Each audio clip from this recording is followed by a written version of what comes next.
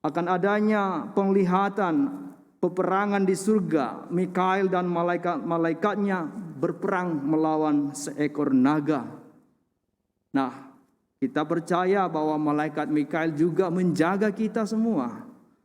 Menjaga kita dalam perjalanan. Sehingga ketika kita mau berangkat dalam perjalanan, kita mohon pertolongan malaikat Mikail. Dan juga ketika kita mendengar berita tentang kabar sukacita dari Injil, malaikat Gabriel berperan di dalamnya. Gabriel yang artinya Allah kemenanganku, mau menunjukkan bagaimana Allah mengirim utusannya, malaikatnya menyampaikan kabar sukacita kepada Bunda Maria. Dan malaikat ketiga adalah malaikat Rafael.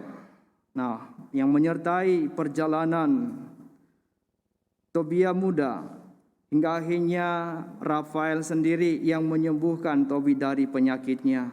Ini bisa kita baca dalam kitab Tobit di Deuterokanonika.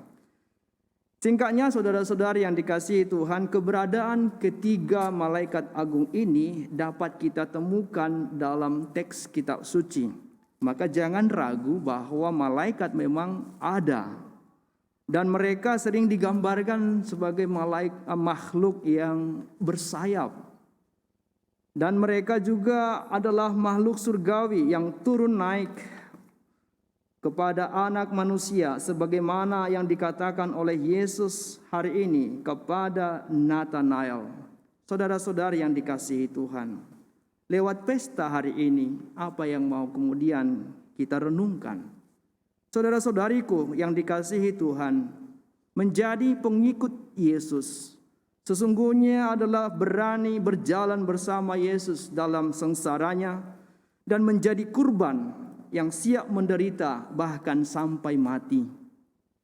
Di tengah tuntutan zaman ini, ketika kita berhadapan dengan kenikmatan, berhadapan dengan kemudahan dan fasilitas, kita sering ditantang untuk lebih mendalam, untuk memakai sarana-sarana duniawi ini untuk memuliakan Tuhan, bukan terlena atau terhanyut, sehingga kita terbuai olehnya dan lupa siapa kita, identitas kita sebagai murid-murid Yesus.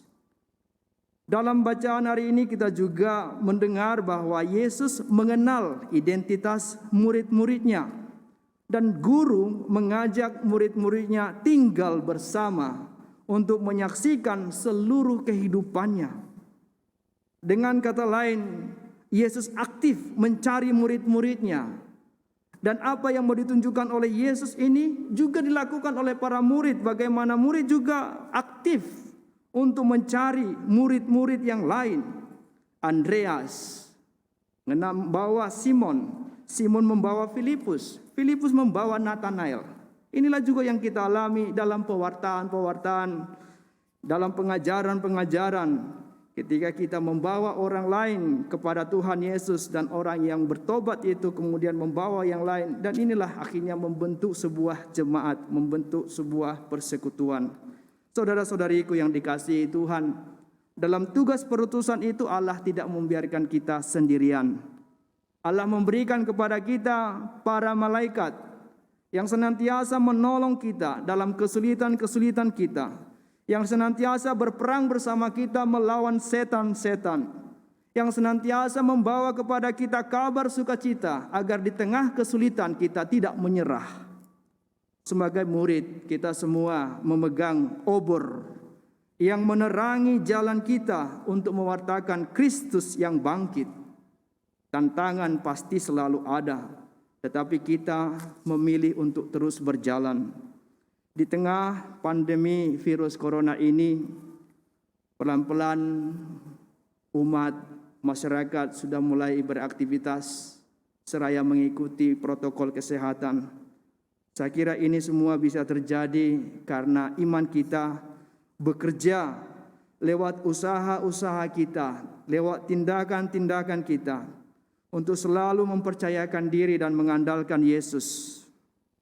Maka Bapak Ibu saudara-saudariku dimanapun berada, seraya merayakan pesta 3 malaikat agung, malaikat Mikael, malaikat Gabriel, dan malaikat Rafael. Kita diajak untuk terus-menerus, untuk berubah, untuk mengandalkan Tuhan dalam hidup kita. Dan sekali lagi, Tuhan akan senantiasa menyertai dan membimbing kita. Semoga lewat karya-karya pelayanan kita di tengah-tengah umat, di tengah-tengah keluarga dan masyarakat, kita mempercayakan diri pada bimbingan Tuhan, dan semoga semakin banyak orang yang diselamatkan. Tuhan memberkati kita. Amin.